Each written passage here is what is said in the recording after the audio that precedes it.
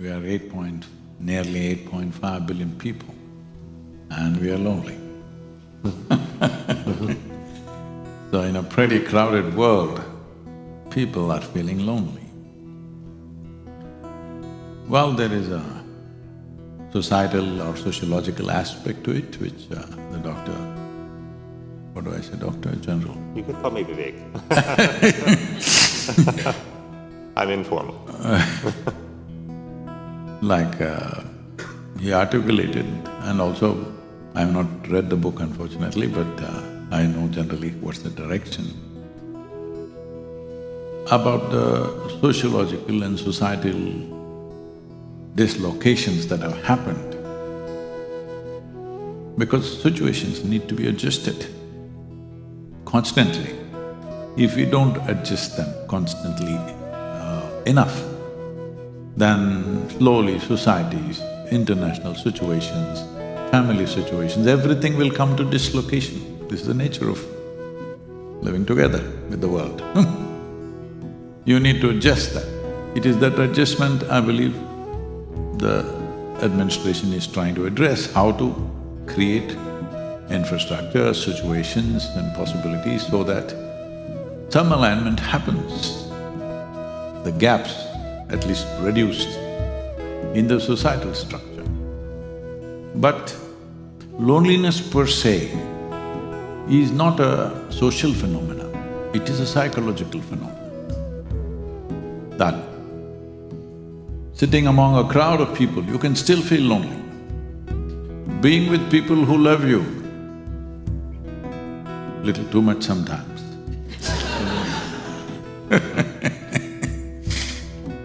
Hello? You know, gotcha. So, even if you are loved and cared for, still you could feel lonely because it's a psychological phenomenon. You can make yourself lonely just about anywhere. So one important aspect, I'm trying to, say something about the society, but my main focus is on the individual. One thing that's happened in the society is the value of solitude is gone. What it means to be in solitude, most profound time of your life. This is the time you soak up life. So one thing was maintained in yogic cultures, how much time you spend in imbibing things or perceiving things, and how much time you spend in expression. This must be 1:3. If you are 2/3 of the time imbibing, 1/3 if you express, your expression will be profound and worthwhile for everybody. It will not be just noise in the world, it'll be of some value. But today, because of very early opportunities to express, even a 6-year-old child has something to say on the Facebook. I hope you guys ban that at least.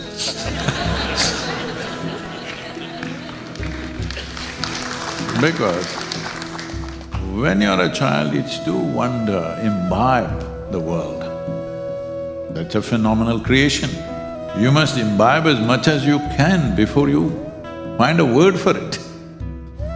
But for everything we have a word and a whole lot of words are turning filthy. In this expression, there is no opportunity to perceive and imbibe life, simply flaky noise going on. So as human becomes more and more din, then being lonely is a natural consequence. This is just one aspect, there are many aspects to it.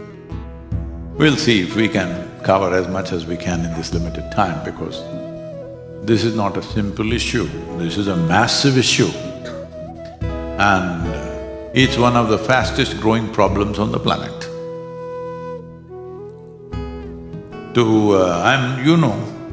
I'm not a pessimistic person, I'm not a doomsayer, hello? But I'm telling you, not as doomsaying, Sir, Dr. Amron, wonderful to have you here. I won't miss the biome, I'll tell them. what the microbe beings are doing to us. So, in this world, if we just let it be as is and just go on, technology is progressing and especially expressive technologies are going to multiply in ways that you have not imagined in the next 4 to 5 years' time with the AI and all these things. If this happens and we don't do anything about it, it's possible that in another 10 to 15 years' time, there will not be a single family without at least one person who is mentally broken. Already we have achieved some landmarks. Slowly it is, there is almost no family over 40 years of age without some kind of prescription medication going on, physical stuff and whatever. But that will become common for mental things. Physical ailments are painful, but mental ailments are painful beyond imagination. Physical pain, you understand, and everybody has compassion for that. With mental pain, you don't know. You don't know whether they're acting up or they're really helpless. What is happening you can't figure because they flip from this to that and that to this. There is no one gauge for it. Nobody can clearly say this is it. This is the nature of psychological issues that I have seen so many people, it just beats you.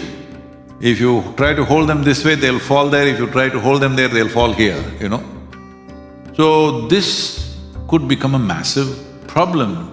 All the things, many things that we have achieved in the last 100 years as humanity, as human societies, it's wasted when we cannot… See, life is far more comfortable physically than ever before in the history of humanity. Particularly, I'm warning the women. You are the first generation who is enjoying the level of freedom and comfort and convenience that a woman has ever had in the history of humanity. Never before. Hello? So, this we should not slip out of our hands and fall. That's where we are. If we don't do the right things now, if we don't take a massive action, without indiscriminate action, without borders of nationality, race, religion, this, that, indiscriminate action for the human species to see that they stabilize their software. If we don't do this, all this development, all these conveniences, all the wonderful things that technology has heaped upon us, everything will go waste because we are not okay here. Already you're seeing it. Hello? People are driving chariots, what no emperor could have. The greatest emperors had 12 horses on their chariots. But you're driving chariots with 600 horses, at least 250. But they're driving their dream car. How many of them are driving blissfully or joyfully or at least peacefully? You just stop the traffic for 2 minutes, they'll be freaking. After all, they're sitting in their dream car, why can't they sit there for some more time and enjoy it? They always wanted that car.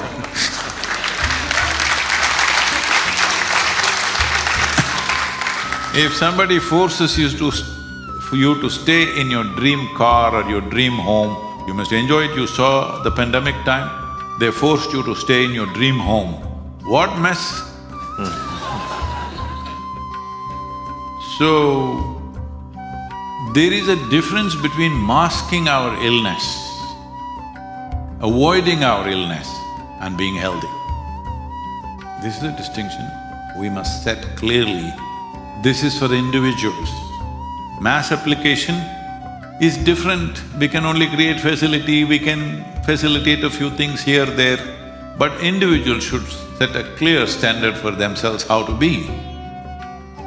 Well, it's easier said than done because human beings are not committed to their well-being, unfortunately.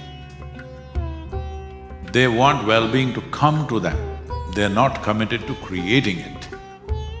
Unless they commit to creating it, really loneliness, or when I say loneliness, I see it as an incubation period for mental illness. You're incubating trouble. It will come. How soon, how later, what is the volume of trouble you will get may vary from person to person because this depends on genetics, this depends on social support that you have, your own intelligence, whatever, many factors. But is it coming? It is coming for everybody because the moment you start feeling lonely, lonely means just this. See, loneliness is of time. When I say loneliness is of time, that is, you sit here, time doesn't roll for you. If you look at this is always rolling. Hello? Did it? Unless you have a defective watch. The time is always rolling. We don't have to spend it. If you sit here, it goes away.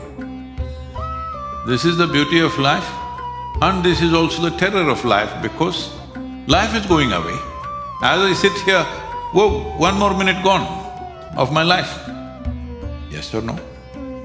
Not watch ticking, life is going away. So it is of time. If time becomes burdensome on you, that it rolls too slow, already you become lonely, that is why it is so. Loneliness does not necessarily mean there are no people around you. That's not the point. It is not about people. People are a little bit of an antidote. Maybe you find some release, but release is just a mask or just a little bit of arrangement. Loneliness is essentially happening because there is nothing beyond your thought and emotional process. You have become just physiological and psychological process. There is nothing more profound happening within the human being. Even if thought became profound, then also you wouldn't become lonely. If your thought and emotion happened the way you want, would you keep yourself joyful or miserable? Joyful. If you keep yourself joyful, when you're joyful, have you seen time? 24 hours just flips like that. When you're miserable, do you see how slow time rolls? So loneliness is of time because life is of time. If you do not know how to ride the time, then the same cycles of time will crush you. Loneliness is that crush. If it crushes you further, then it becomes mental illness. And they're not two different things, they're progression.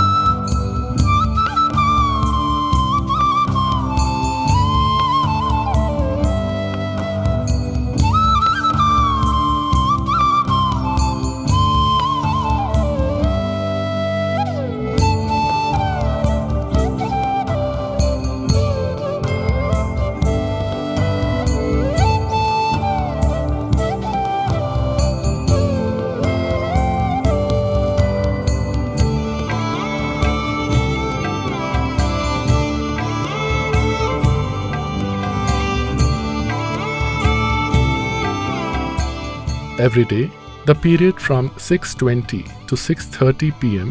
is an opportunity to experience Sadhguru's presence and establish a special contact with him. You can experience Sadhguru's presence during this period at your local time, irrespective of your physical location. The presence time also involves the Brahmananda Swarupa chant, a consecrated sound.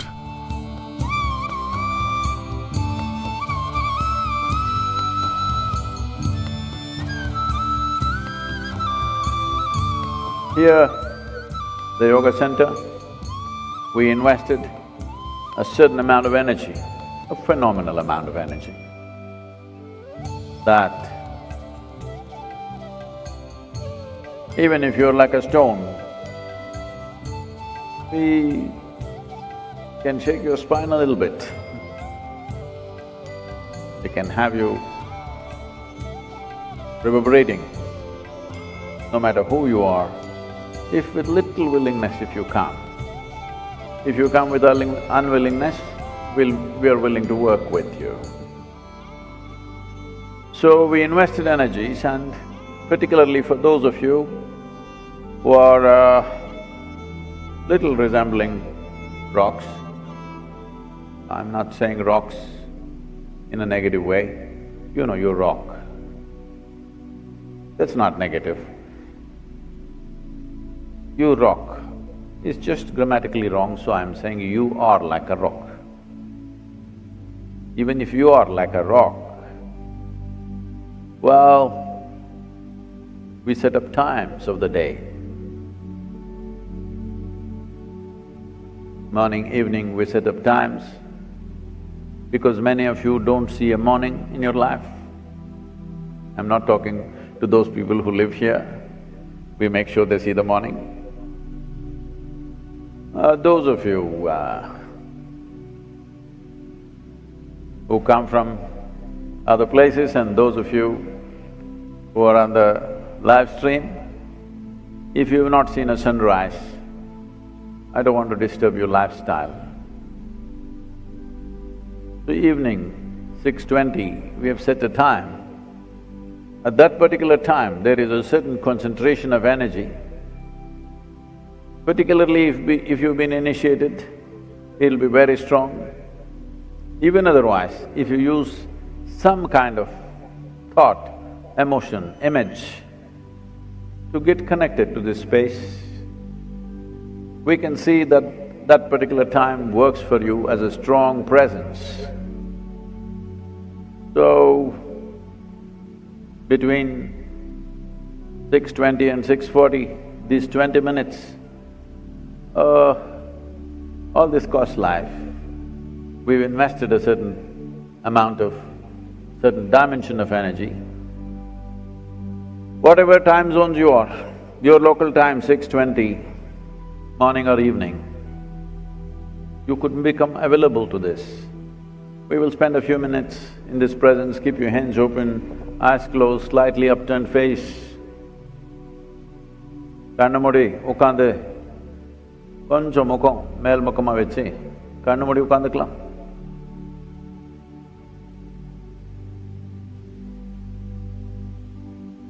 மனிதனா இருந்தாலும்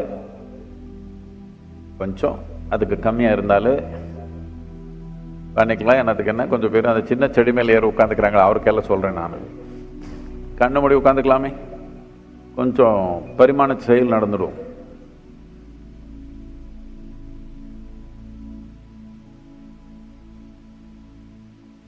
Say this after me very gently, மெதுவா கொஞ்சம். என் பின்ன சொல்லலாம், என் கூட வேண்டாம், என் பின்ன சொல்லுங்க. பிரம்மானந்த ஸ்வரூபா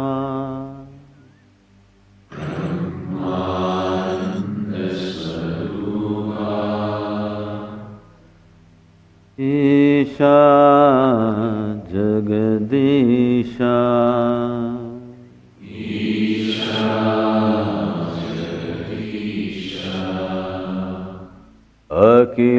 अखिलानंद स्वरूपा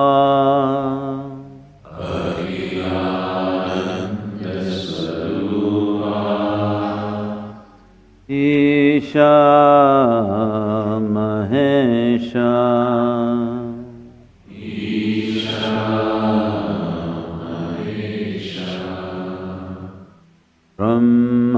Brahmananda Swarupa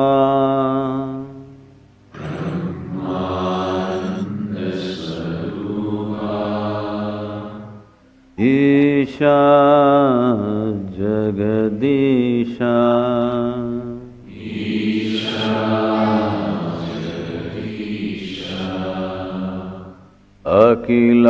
Akilananda Swarupa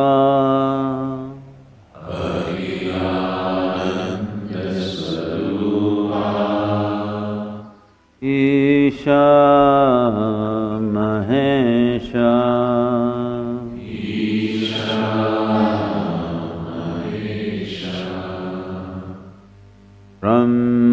Brahmananda Swarupa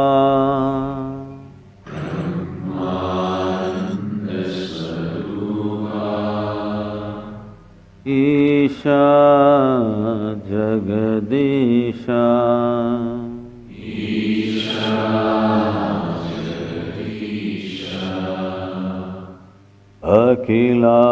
Akilananda Swarupa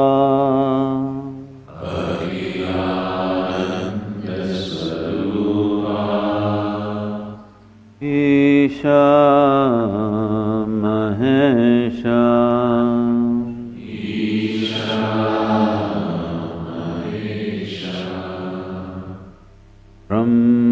Brahmananda Swarupa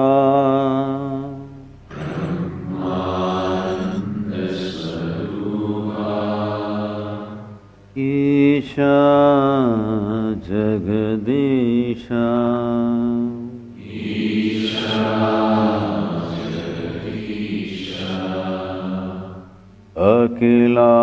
Akilananda Swarupa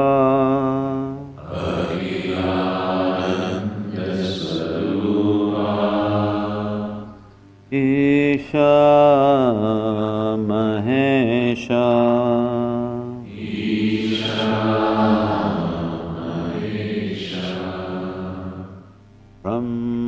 Brahmananda Swarupa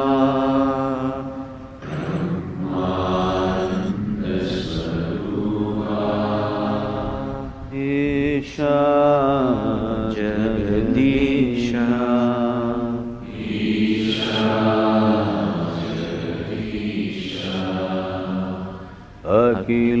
Akilananda Swarupa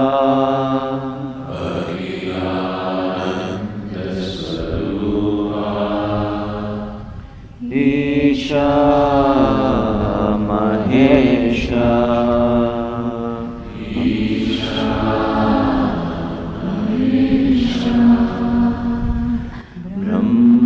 Brahmananda Swarupa Isha Jagadisha Akilananda Swarupa Isha Mahesha Brahmananda Swarupa Isha Jagadisha Akhilananda Swarupa Isha Mahesha Brahmananda Swarupa Isha Jagadisha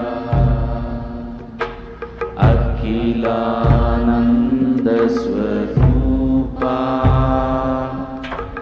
Isha Mahesha Brahmananda Swarupa Isha Jagadisha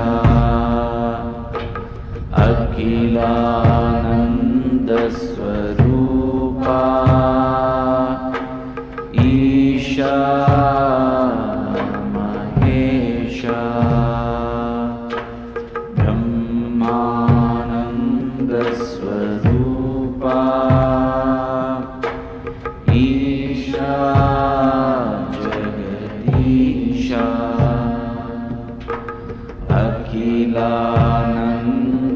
Akhilanandasvarupa Isha Mahesha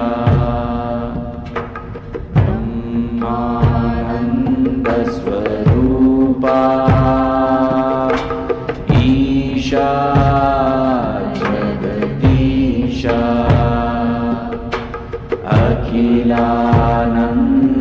Akhilanandasvarupa Isha Mahesha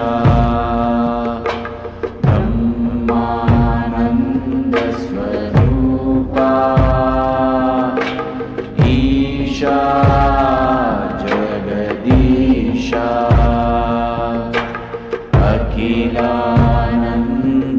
Akhilanandasvarupa Isha Mahesha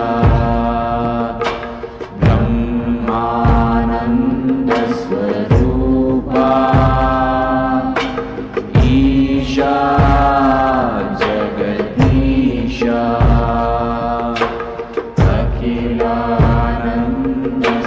Akhilanandasvarupa Isha Mahesha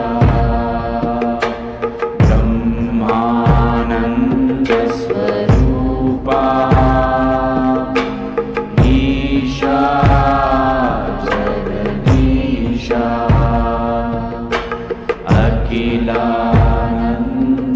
Akhilanandasvarupa Isha Mahesha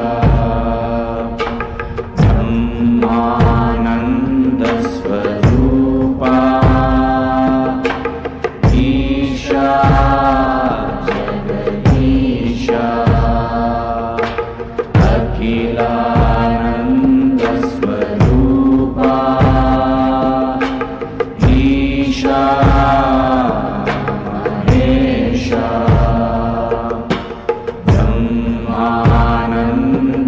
Brahmanandasvarupa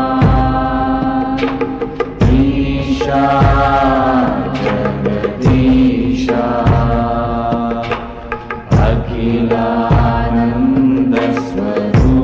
Akhilanandasvarupa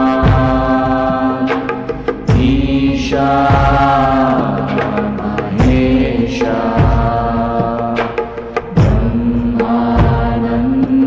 Brahmanandasvarupa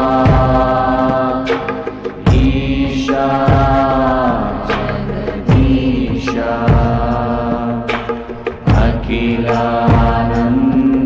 Akhilanandasvarupa Isha Mahesha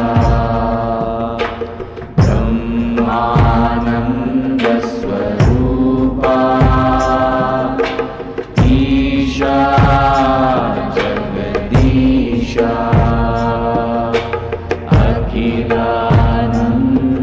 Akhilanandasvarupa Isha Mahesha Brahmanandasvarupa Isha Jagadisha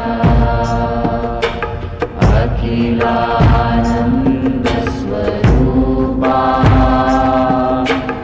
Isha Mahesha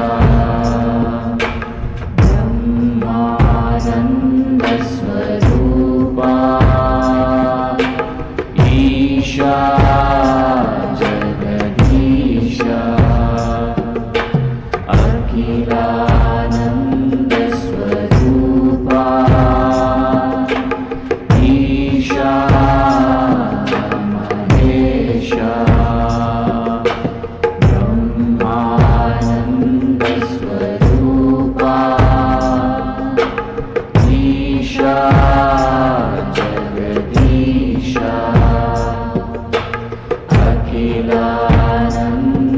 Akhilanandasvarupa Isha Mahesha Brahmanandasvarupa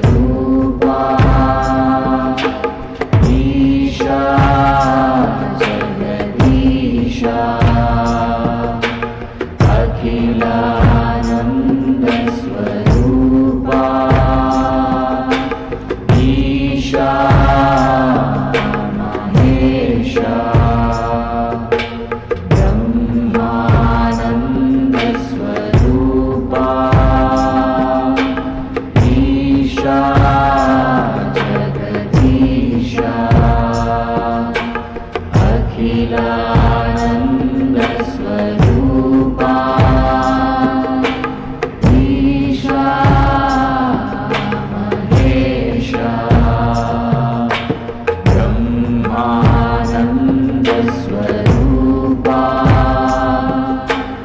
Isha, Jagadeesha, Akhilananda Swarupa, Isha, Mahesha,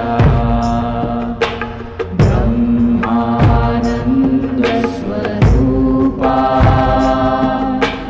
Isha, Jagadeesha,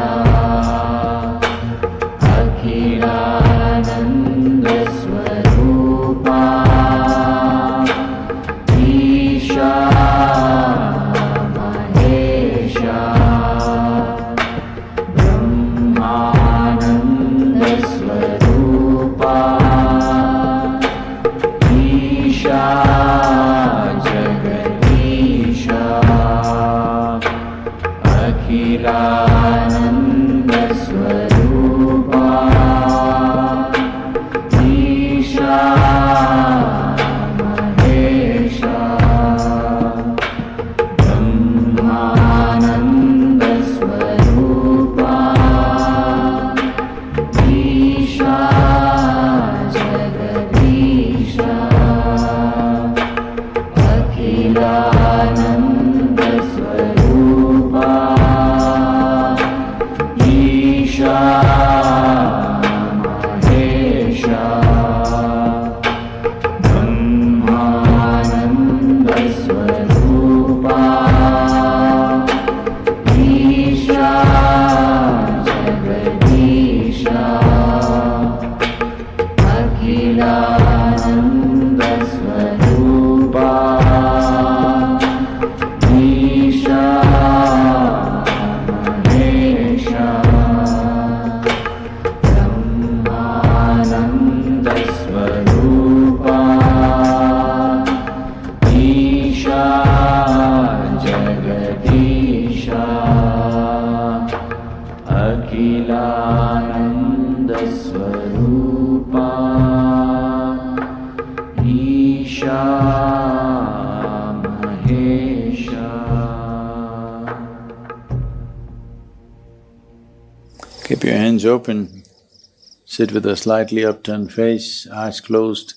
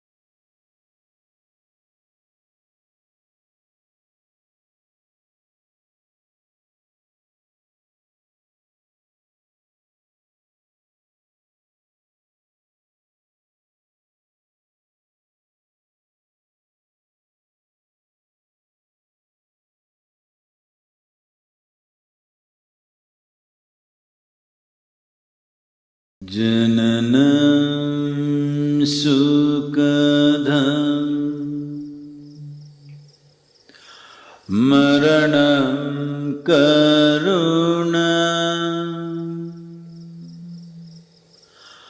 Milanam maduram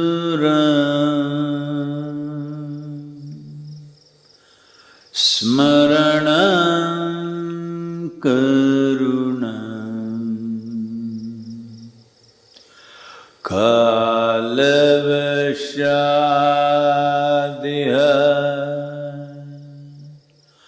Sakalam karunam Samayadipate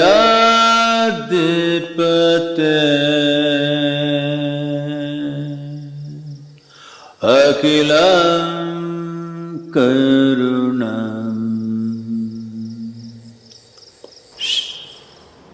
Take your own time. Take your own time. Slowly, very, very slowly. Open your eyes.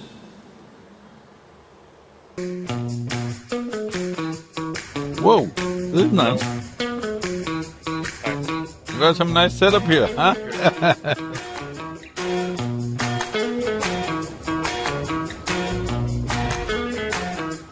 Why? You want to put it in a contaminated cup? Huh? I'll drink straight from the bottle.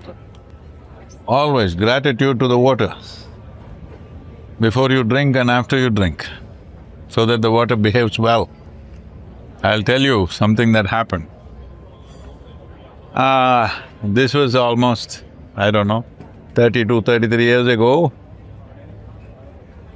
I'm doing a program which is for 90 days. So our center is new at that time, just a small building, a hut actually. And I was outside, traveling outside, then I came back to that city where the lady of the house wants to go for the program, she's registered.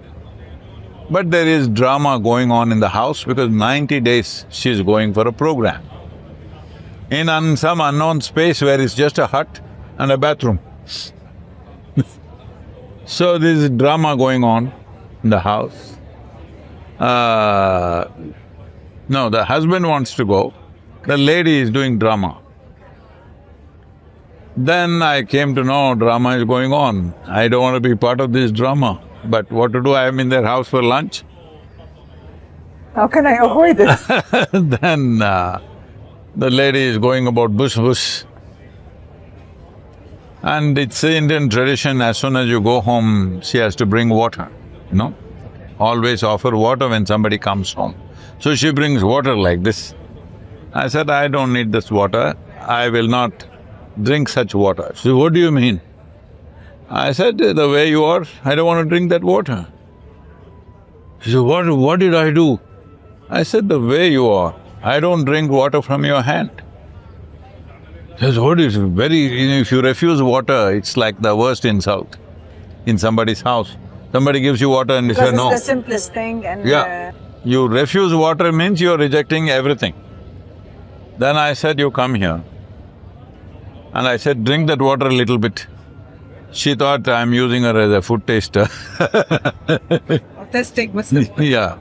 I said, how's the water? She's good water only. I said, all right, you give it to me.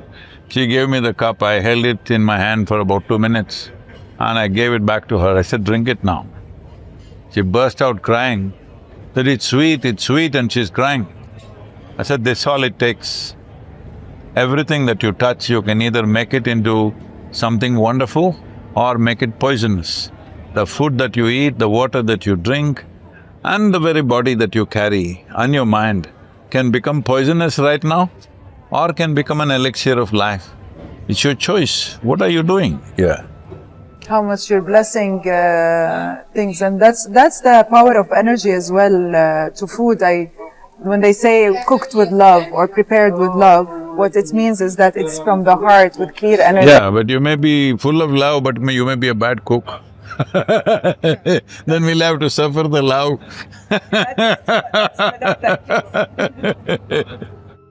Now that we're talking about love, let me read this poem to you. It's called In Love. okay? The beautiful weed-covered pond.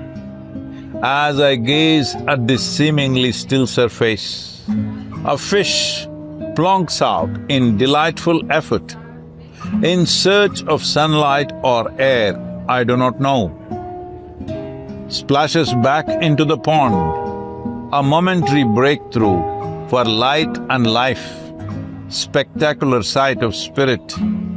But the sound, it shatters my heart into a million pieces and scattered across. I do not know who I love or don't, but for sure in love. Love. Today, I think we spoke about love. Love is not about somebody, it's about the way you are. And who you are and how you take things. No, that's all next, it's the way you are. Whether your water is sweet or poisonous. If it's sweet, you're in love. Is it true that with water, because we spoke about how the energy transform and everything, many people suggest that we do not drink while we're standing, that it's better to sit and… See, these things are said because it's only now, in 20th century, everybody's got a bottle of water and walking around sipping. It was not like that. You wouldn't have water anywhere. You walked 5 miles, then when you found water, you gulped in. That is how water was available. It's now everybody's carrying a bottle and walking around even in cold countries in the world. Even in temperate climates, people are carrying and walking. That's because they're selling water, all right? Yeah. So there's no… So, no, I'm telling you, when you got to drink water traditionally only when you were really thirsty, otherwise you never went near the water. When you're thirsty and when you gulp, you shouldn't be standing, you could usually suffocate. It's always best you sit down. Okay. But is this… they say when you're thirsty, mean you're already dehydrated, so you already reached the dehydration. See, this is all modern nonsense. You don't dehydrate that quickly. Body has enough latitude. So needing water or not needing water, full stop. Body needs water, it's not that it doesn't need water. It's just today's generation, 5 minutes if they don't sip, they will get dehydrated. It's all in their head. Not in their body, it's in their head. That's this conflict with the younger… No, that is because somebody wants to sell you water. They told you must drink 3.5 liters of water every day. And if it's in glass already, it's even more expensive. No, wherever it is.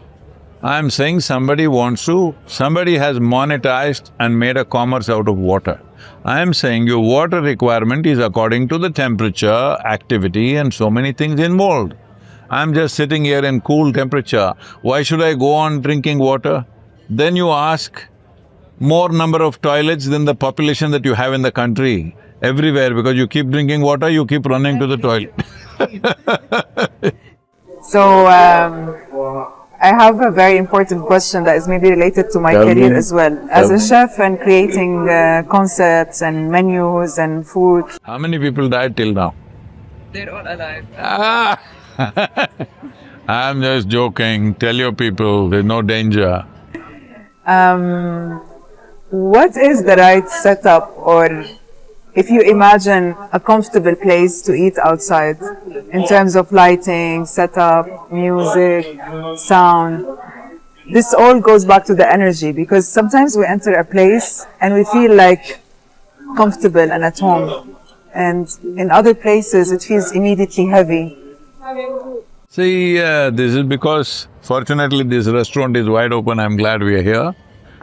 But generally restaurants are made in such a way, either it's air-conditioned or even otherwise it's mostly closed. 10,000 people have eaten there and those smells and stuff is there, it's a most suffocating and unhealthy place to eat. So if you have the fortune that you can organize your food outside, which I always… if I'm at home, I always eat outside. Outside means outdoors. Just a little roof, all sides open like this. If you eat outdoors, under a tree is best, but it may not always be possible, but under a shelter is okay, but sides open, breeze moving is important because, especially in India for us, we have learned how to create many layers of taste and flavor, which is unique to that country, particularly in southern India. It is not so real even in the northern part of the India. Most of the Indian food you get here is northern Indian food and largely dumbed down to make it mass-produced in a certain way. That kind of works. Yes. It's okay for the lady, give me proper coffee, Indian coffee. This monocontiga, this is not my fermenting. Okay. But this is for British ladies, not for me, huh? Thank you. Yes, sir. There's many layers of taste, not one layer, many layers of taste and flavor. If you want to even perceive that, you must make yourself, adapt yourself to become more sensitive, and it takes a lot more attention to eat. For people who just gulp food, they'll never understand what it is. Like they eat in the car or on the way. When I'm hungry, sometimes I do that. That's okay for wolves. For human beings, there is a way to consume because the significance of being human is we can do all the basic things like food, sexuality, every other thing consciously. That's the most important thing. If you don't do it consciously, then it all becomes like you have thrown away the privileges of evolution. You just want to be like survival mode, just grab it and eat it. So if you are in that mode, you won't know these things. So this is a way of teasing the tongue and the senses to seduce and to surrender yourself to a certain process. Why is food so important? Food is not important. Food is not a material. Water is not a material, it's life-making ingredient. It's life. So if you understand and if you're sensitive enough to feel this, that something which was another life, right now willing to merge with you and become your life, is it a small thing? At all. That's why blessing the food before eating or… No, all these things are your psychological things, you're blessing, you're calling gods to bless it, all this is your psychological stuff. Leave that alone. First thing that is needed is sensitivity. Maybe somebody said these things to make people sensitive and attentive, that's a different matter. But the important thing is you're attentive and sensitive to what you're touching right now. If you understand, this water is actually life, it's not a commodity, you would treat it very differently, isn't it? So only if you approach food like that, then you experience various aspects. The most important thing is you experience what we call as yoga. Yoga does not mean twisting and turning, all right, as it's being done in the Western world today. Yoga means consciously you obliterated the boundaries of your individuality. So right now, if you eat some food, let's say a piece of bread, now this was another life. It was a plant. Now it's become bread and it's willing to become a part of you. This means in some way, unknowingly, you're obliterating the boundaries of your individuality. Something else, or you can call them someone else is wanting to become a part of you. This is the greatest love affair you have. Why your love is so important, as you've been trying to tell me, is because someone else is willing to become a part of you in some way. Not fully, just in a small way. Yes, but this food is willing to become a part of you absolutely, losing itself to you. Anytime, whenever you want, anything, just take me. Don't And eat so whenever you feel like it, please. half of the food. Rule number one. Tell me, what's your favorite dish? Oh, you wouldn't know. I have my own… I am a very good cook myself. To take the recipe. This is the coffee of Oh, thank you. no sugar. Thank you very much.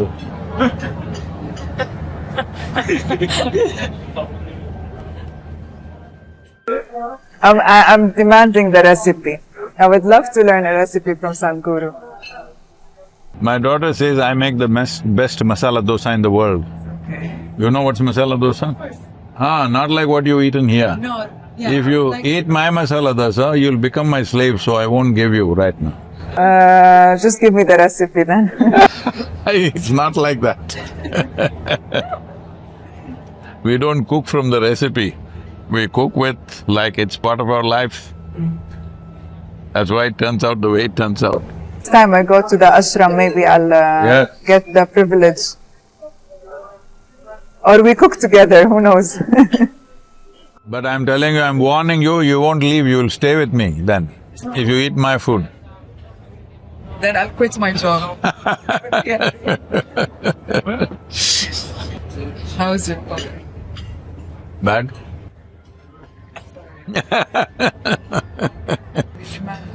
I'm just being honest. I'm supposed to say, oh, it's fantastic. You're not supposed to. Okay. With coffee specifically, it's…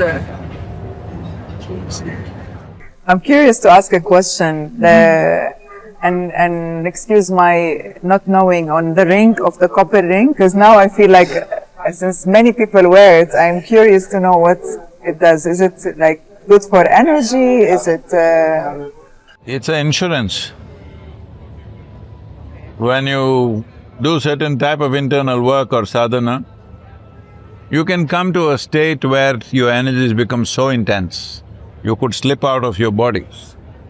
So we put that on people who are doing very intense sadhana to make sure they're stable.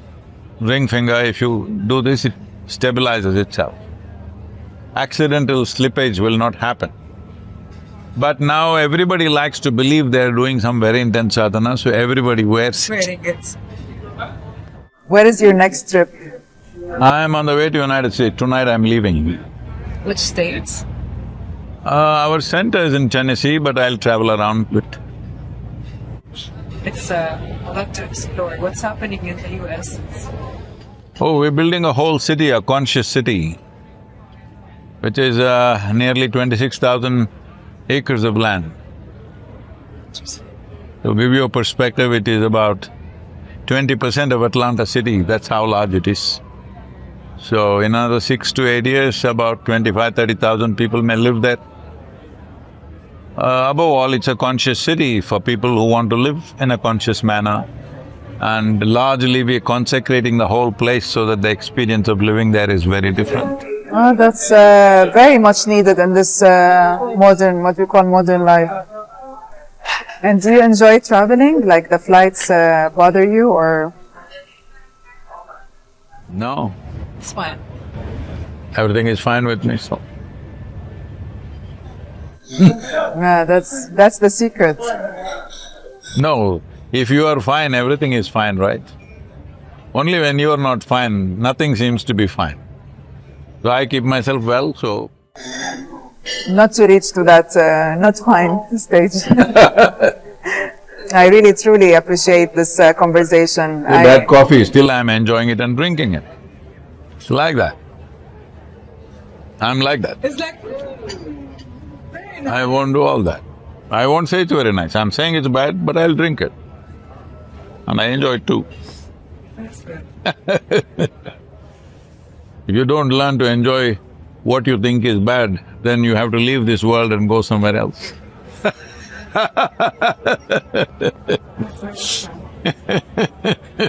It's such a blessing to reach to that stage of understanding and knowing that life is all about how you decide to live it, like with the good and the bad. Your experience of life is 100% determined by you. Situations of life are not determined by you, not always, but your experience is determined by you. So you do that, and situations you do your best. Sometimes it works, sometimes it doesn't work. It's I think, or I would believe that it takes practice to reach to this stage. I decided to have a conversation with you thinking that you'll make some nice meal for me, and I didn't even eat my lunch and I came. Here you're giving me talk.